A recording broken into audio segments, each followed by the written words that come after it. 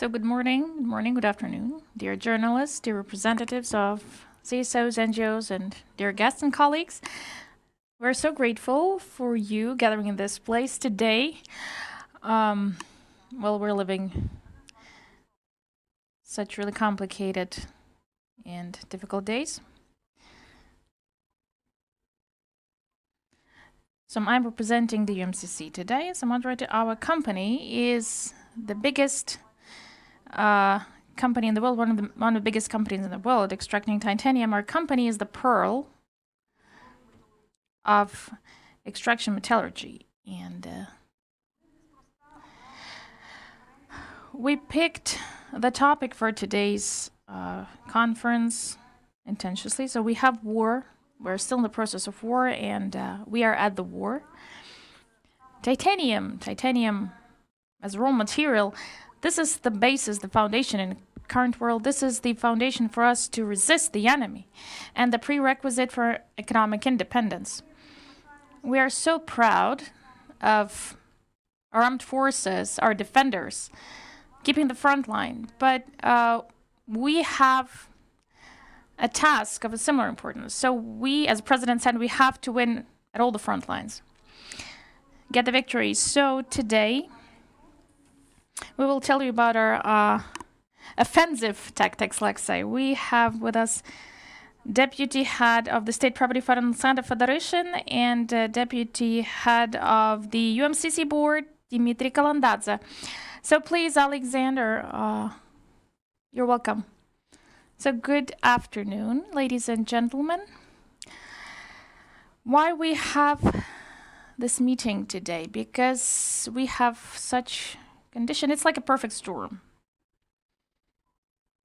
When the industry was stagnating, the titanium industry was stagnating, and now all the supply chains are, let's say, destroyed, depleted. So we can see those animals hitting the Odessa region, and it threatens everything when it comes to export of any products. It's not just about titanium products.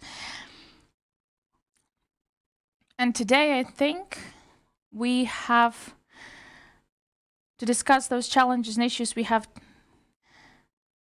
here at UMCC, because the fund says that in the fourth quarter, by the way, UMCC again will be subject to privatization. But this time we have to take other models and solutions, let's call it like this.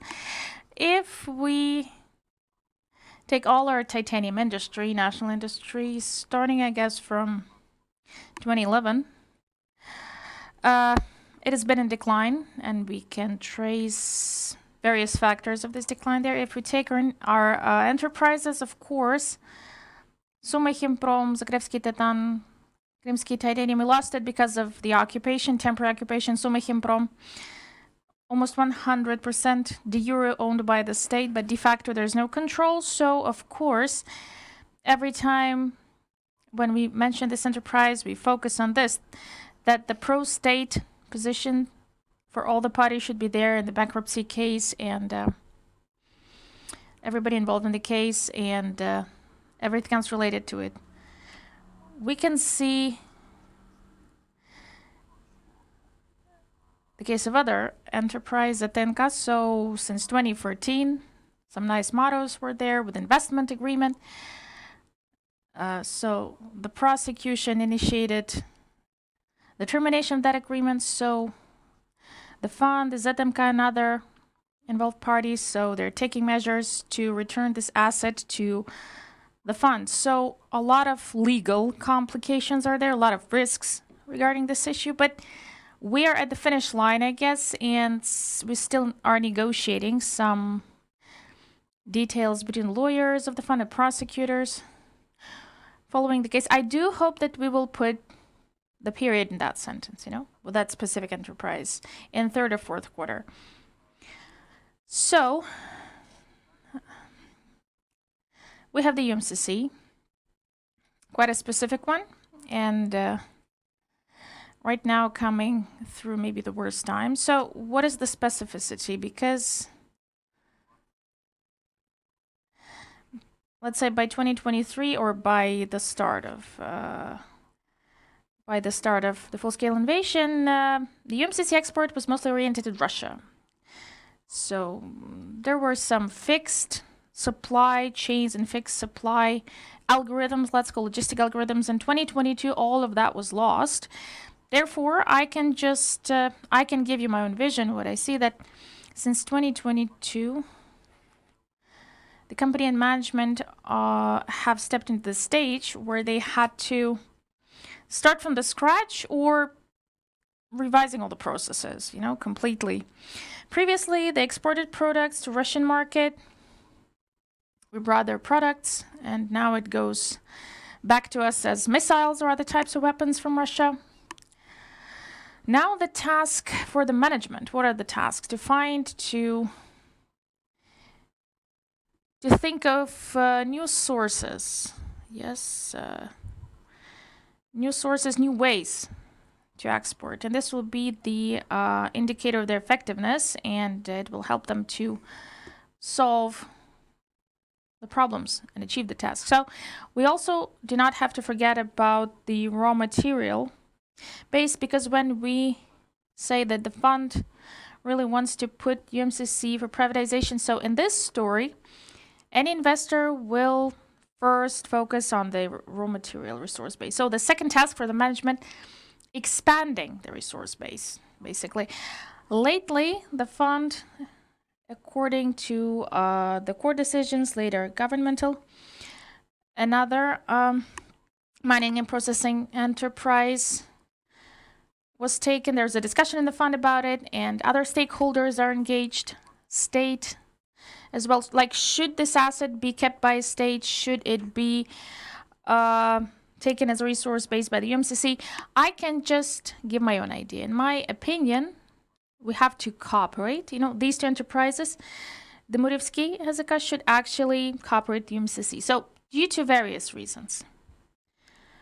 There is a Vilnohirsk affiliate, and it actually is the key enterprise for that settlement. So, in future, there will be an issue.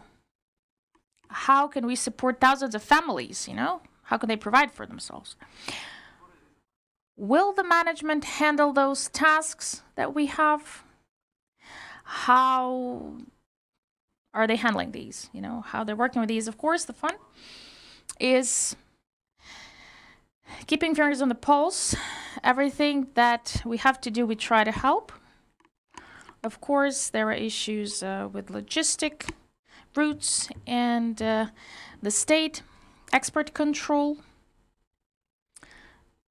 which today is performing a function of filtration, both positive and negative.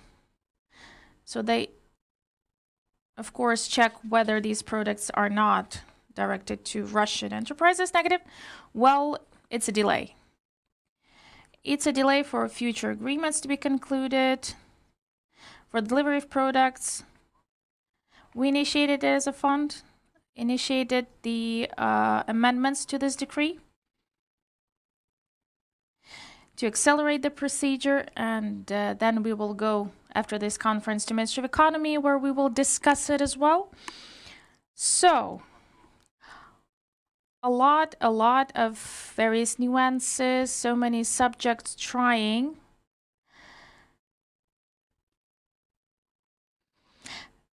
to help, but they actually create obstructions for us, and we're looking forward to get offers from you and from the media. Of course, we want to disseminate the news that this asset is subject or will be subject to privatization, and I do hope that together we will create the best model for future sale of UMCC and the big privatization flow. Okay, if you do have questions, I'm so ready and welcome if you do. So, dear ladies and gentlemen, it's so nice to be here with you at this event, and I just want to present our vision of the titanium industry of Ukraine in the world context. And unfortunately, my Ukrainian is not that fluent still, so if you do allow me, I'd like to present this in English. I do hope that next year we will all gather in this place, and I will have a unique chance to give this presentation in Ukrainian. All right.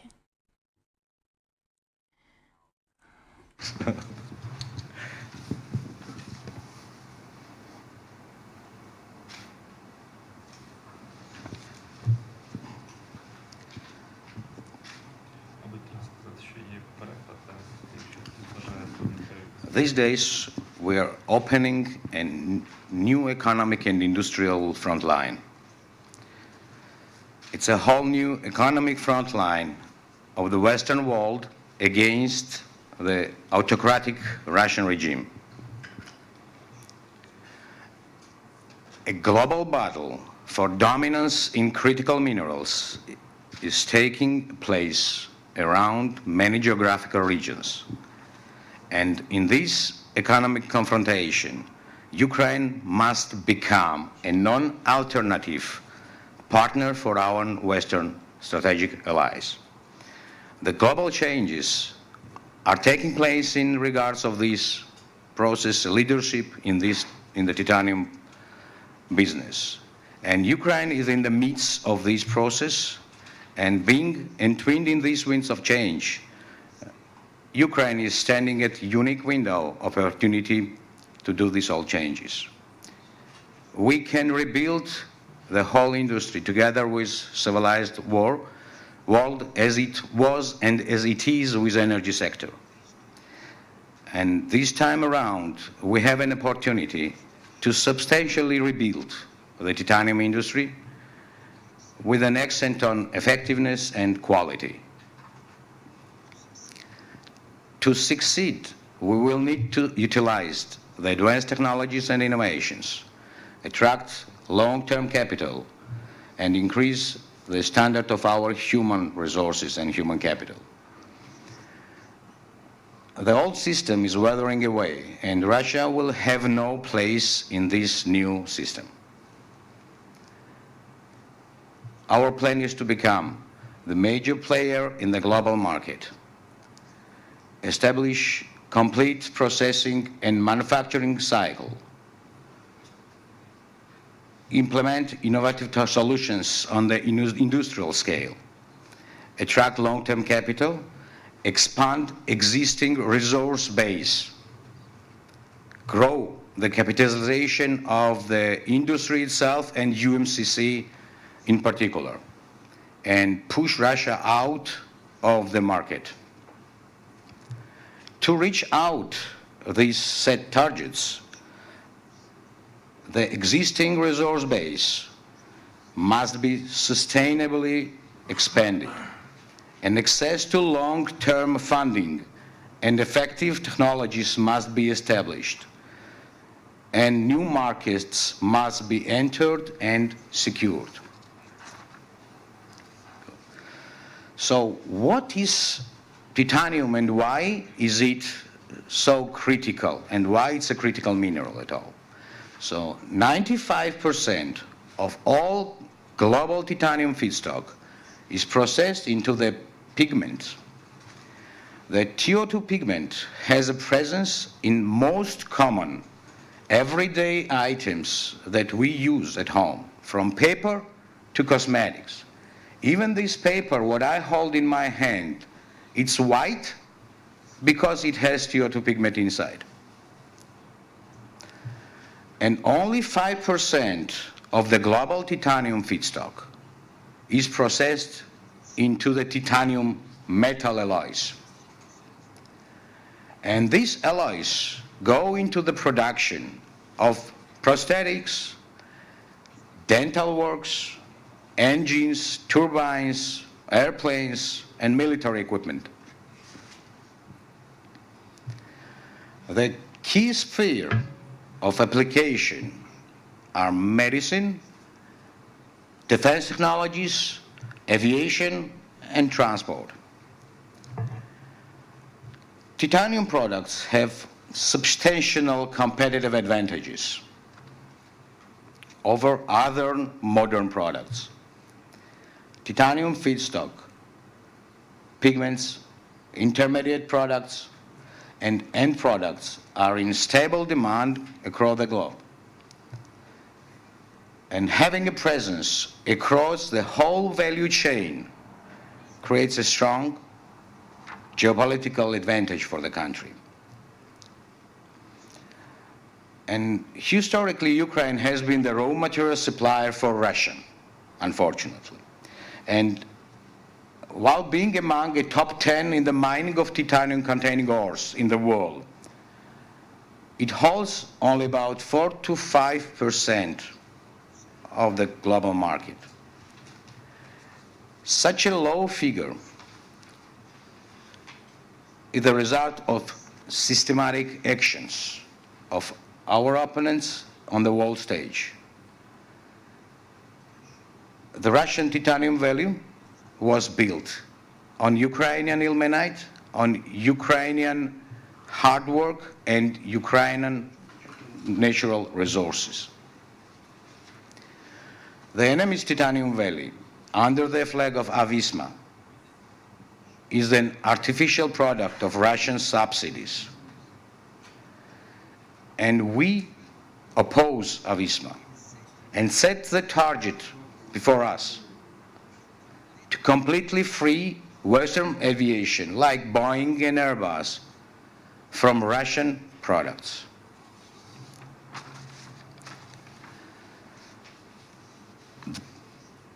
The presence of the country in the titanium value chain and the degree of processing depths that country's industrial output produces, it's an illustration of strategic position of the country in global. Thus, the development of complete value chain ensures the country's competitive advantages, not only on the geopolitical level, but it ensures as well the advanced level of economical efficiency of the country. For Ukraine, this is a chance to develop a fundamental and strategic industry. To illustrate this, we can bring a following example. When we produce concentrates, we have low margins, we have low earnings. It's practically amounted to making airplanes and rockets to somebody else. But when we are able to produce a final product in this value chain, our margins grow, our earnings grow, and practically we establish a foundation to make airplanes and rockets for ourselves. The same applies to pigments. If we produce TiO2 pigment, we establish a foundation for our own production of everyday common products what we use at home, beginning from paper to plastic, from food coloring to hand creams.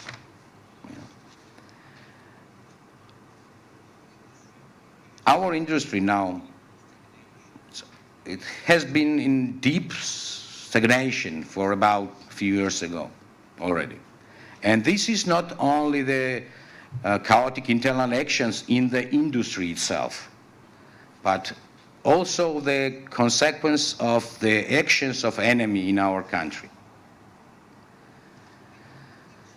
When we started to put UMCC, our company, in order and build a plantation model to preserve, for its preservation and development, we realized that our resource base was systematically fragmented and in some places catastrophically depleted. And our assets were brought to the acute emergency failures and collapses, and completely lacking energy efficiency at all. Ukraine must make a jump from being a concentrate producer of raw materials, to a producer of TiO2 pigments and titanium metal products. And our plan is to restructure the company, upgrade the production base, increase the resource base, increase professionalism and human capital,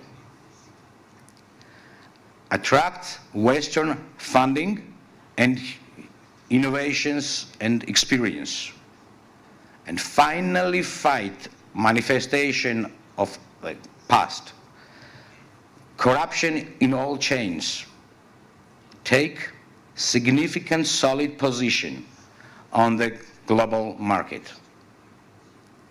And this is our roadmap for 2023-2024. Right now, the new chapter of the world history is written, and our main goal is to facilitate growth of Ukraine's presence on the global market. This course cannot be changed no matter how hard anyone tries. Ukraine's titanium will break apart the dependence of the Western world on the Russian products and commodities.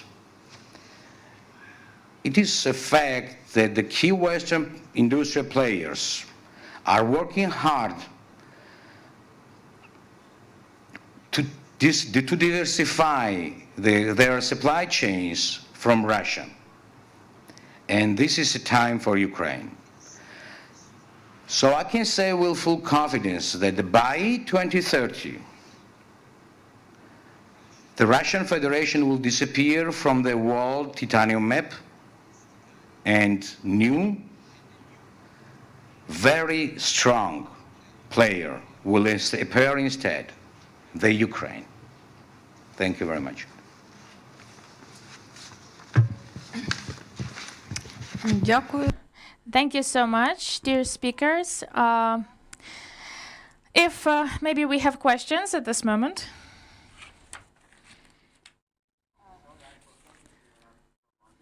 We'd like to invite journalists on the press tour. We're planning to do the press tour at the end of August, beginning of September, to visit our Walnut Hills production.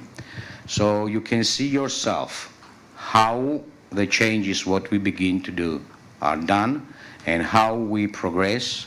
So there you will have every chance to see everything by your eyes and to ask any questions, touch everything, and to practically get full feeling of what's going on in our company. Питання. So, dear colleagues, we have questions. We have it in our email. So, the problem of resource base, and what did you manage to do within the last months? And what are the plans by the end of 2023? Can you tell us? I would say that the first step was done. As you know, we won a case on Silichansk deposit, so it now belongs to UMCC.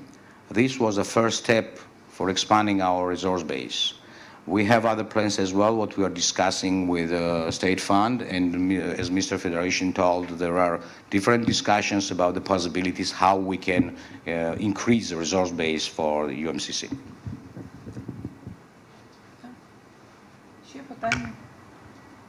Any questions?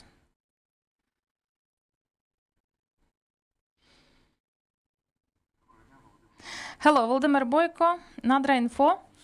I just want to ask questions.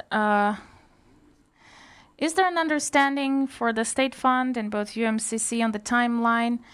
Will there be a period in two issues on Silichanka?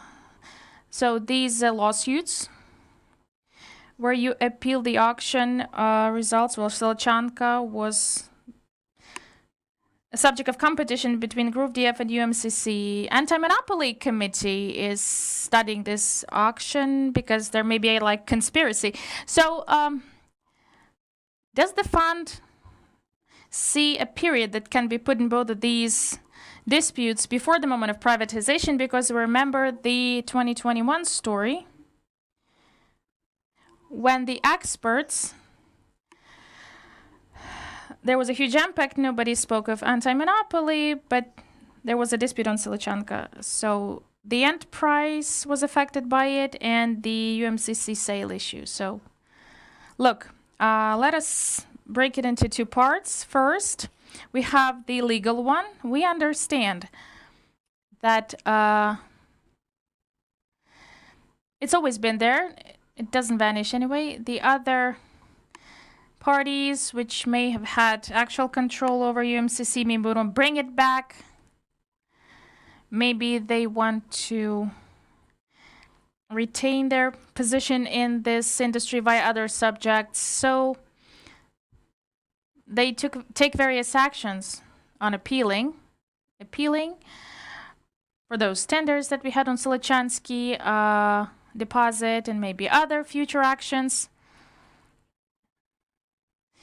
If UMCC works or processes other deposits, we currently think about. If we speak of the courts, of course, we focus on those decisions made by the court. If right now, the court, I guess in the end of June, they already made one of the positive decisions, which allows UMCC to take Silichanski deposit under its control. I hope that in third quarter, this procedure will come to an end, and not in the third quarter, by the end of the year. So the resource base of UMCC will be complemented by Silichanski deposit. Anti-Monopoly Committee, well, we have normal communication with them. Both organizations have good vision of the pro-state position. They understand that UMCC is basically the biggest state-owned company in this sector, maybe if not the only one after the Murivka. And in this case, it's clear that Anti-Monopoly Committee understands all the challenges that they have and understands that this enterprise goes to privatization, and the product we shall put there, it must be attractive for strategic investors. Otherwise, we'll not be able to find again the buyer for that enterprise. Alina Strezhak, the Center of Corruption Countering, please. The resource-based story, can we go back to it? Because in the previous procedure of UMCC sale, so many people I talked to, they told that the problem is that resource base is a small one. Out of what we heard in fourth quarter, there will be UMCC will go to sale, but we don't know what the resource base will be for UMCC. Sorry, but I picked my car longer. And an investor, international investor, must enter the object. But even as of now, the person will not understand what one buys because you still don't know it yourself what you sell. You can't determine. And I also have a question on international assessment of the stock. If international investor comes, one shall require this international standard of assessment for the stock. So for the resources, you have it or not, like what would you do? Okay, let's do it one by one. Okay, with all big privatization objects, the fund is carrying out audits. So we have legal audit, financial, technical, and they also require others. So after all these audits, we can show to investor what is the technical, economic, and legal situation for this specific enterprise. If we speak about the resource base of UMCC, we have two enterprises, Irshansky, Vilnohirsk. Irshansky, for example, the deposit, more or less for 50 years of capacity. Next to this deposit, there's another one, which also was under control of one of the oligarchs. Now the license is suspended, and UMCC UMCC may be a potential user of that deposit. If I talk about Vilnohirsk, it will not be a secret. This information is just flowing environment. Vilnohirsk deposit is better with its content because we take Irshansky ilmenite. In Vilnohirsk, we have other groups of products, zircon, starlight, and others. Okay, so plus the quality of ilmenite for some buyers is important. Someone wants to take just Vilnohirsk products. Someone says, okay, Irshansky products. It's clear that Vilnohirsk is the resource base which was formed during the Soviet times. It's depleting gradually, so some experts in the market forecast, even give a specific year when this resource base will be fully depleted in Vilnohirsk. So for UMCC, having more than 5,000 employees, for this enterprise to be still attractive for investors and function, so we are now designing these solutions. Our task, the management's task, is to expand the resource base with various deposits. Some to add on top of it. So when we speak about you spoke about the international kind of standards for the resources. So at present we have the GKZ, the past Soviet reserves. So every company who used to work with post-Soviet countries know about this GKZ system, and there is a possibility that investor can do the recalculation, let's say, and to briefly understand how much and what reserves they will have according to JORC, which is an international standard. So to conduct now the assessment of resources according to JORC, we have to conduct a big amount of drilling, and it's a quite big time consuming. Plus, we are working now on the expanding the resource base. As it was mentioned, now we speak about Matryonovka or Demurinka and all these kind of places, what is hypothetically the resource base for Volnovsk. So that's why I think this will be the job for the investor when he comes, to do according to international standards.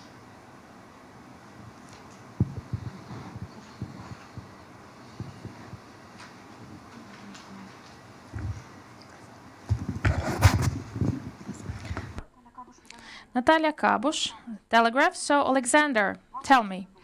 Valushevsky deposit, will you take it away from Firtash? When will it happen? Shall you give it to UMCC? Question number one. Second to Dmitry. You've set an ambitious goal that Avisma is thrown away of the market, Ukraine replaces it. So what are the prerequisites for it? Tell us, please, where shall we have the processing? You know, everything what Avisma was doing. What capacity we have? Maybe partners, maybe some cooperation is there, like what is there, okay? Okay, your question. Okay, you stimulate us to actions. Me personally, okay, without jokes. Look, we understand that any question when it comes to licensing, permits, and redistribution of deposits between the players we had in the market and are in the market, this is a complicated issue. It's highly politicized, and also certain legal limitations are there. I just want to tell you, and I can tell you that we're observing this direction. We are setting our eyes on it. You'll find out when this moment is there.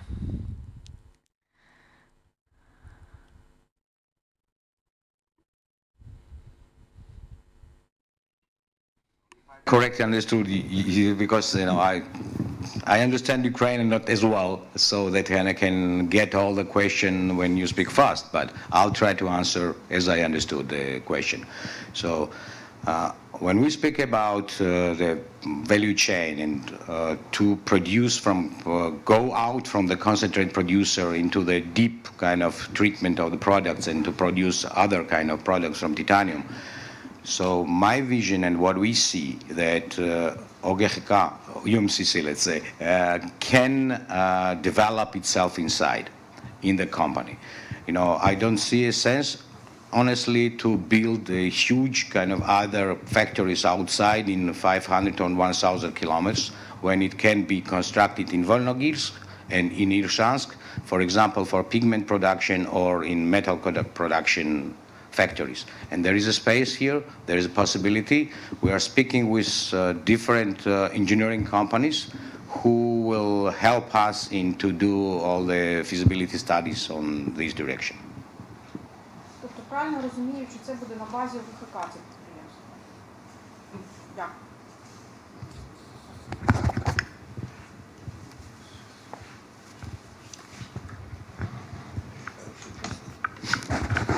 Дозвольте, будь ласка. Okay. ZMK. If I understand correctly, the privatization of ZMK is still not there, or it is there. So can you explain me, just to understand, what is the obstruction for the state to establish control, to bring it back? We see those movements within months. They've been there, these movements, this activity. When the fund will reach a positive result on ZMK, and what the result should be if privatization when? Okay, the legal thing. Okay, we have the law on privatization today, which limits the sale, let's say, of the objects which are close to the front line. These locations close to the front line, it's given by the Ministry of Regional Development. So Zaporizhia, Kharkiv regions, still nothing can go to privatization out there. It's under discussion. And we asked to revise because we need to have an opportunity to expand the pool of objects subject to privatization and offer these to potential investors. The second part of the question, what is the obstruction? Like, what is the problem for the state in this matter? So the final decision on ZMK was given by Supreme Court in the spring 2021, I guess.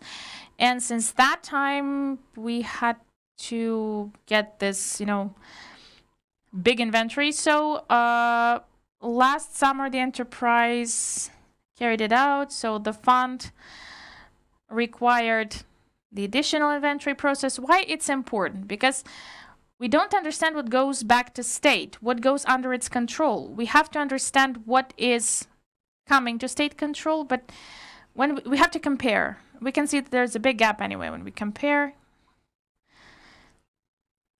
almost 60%, more than 60% of what the state gave in 2013, 2014, this amount cannot be returned. It was either sold or lost. I don't know. Various facts are there, various situations. So in this case, we take the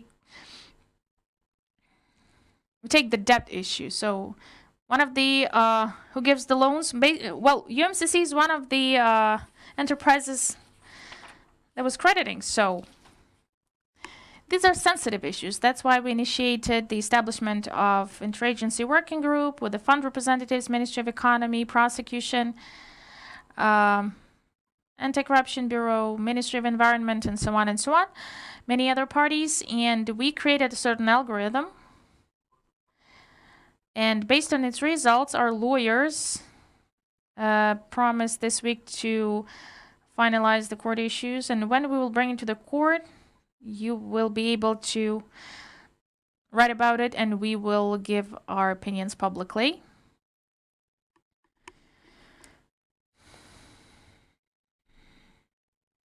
If there are no questions, I think we may come to an end, or we still have a question. Please pass the microphone. Natalia Kavash, Telegraph, please tell me, do you have in your plans forced seizure of Sumy Chimprom, let's say? The state will finally restore the control over it.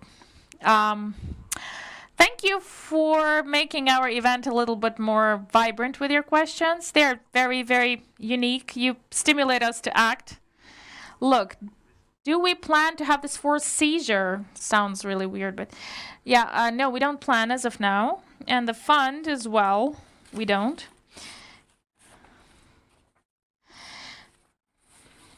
Okay, if we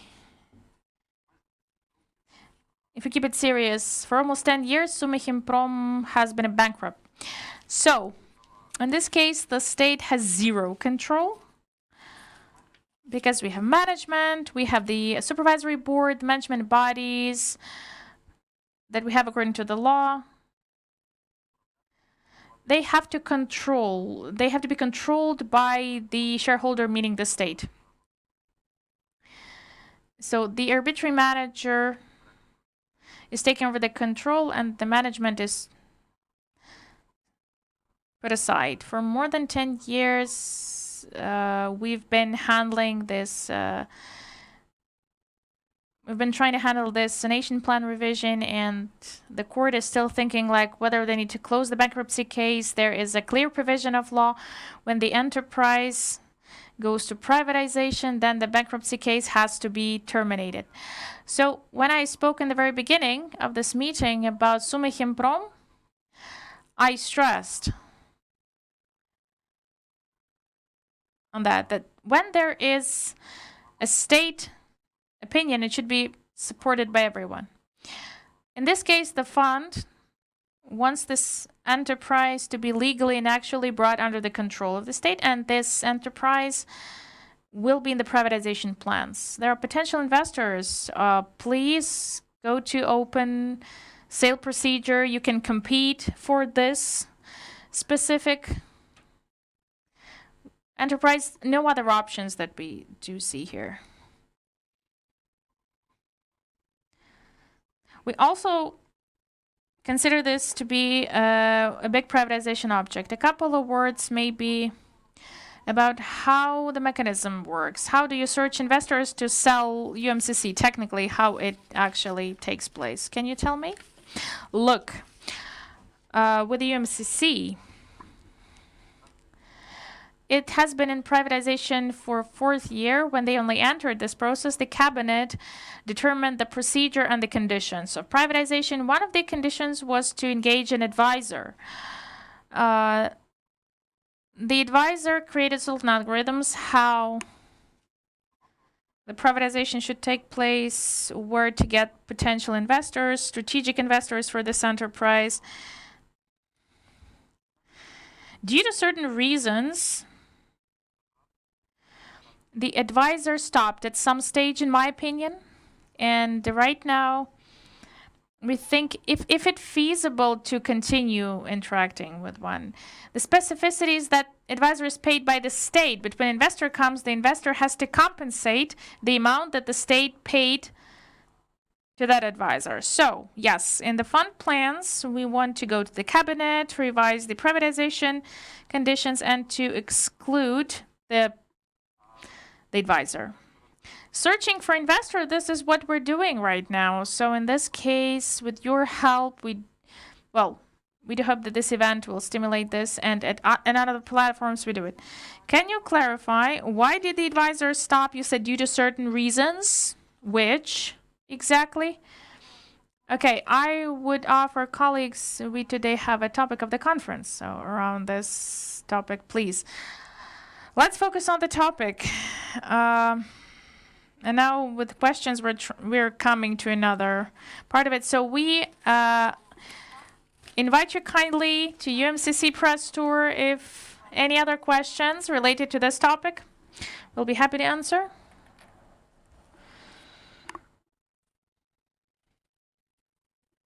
If not, then our huge gratitude to you for coming.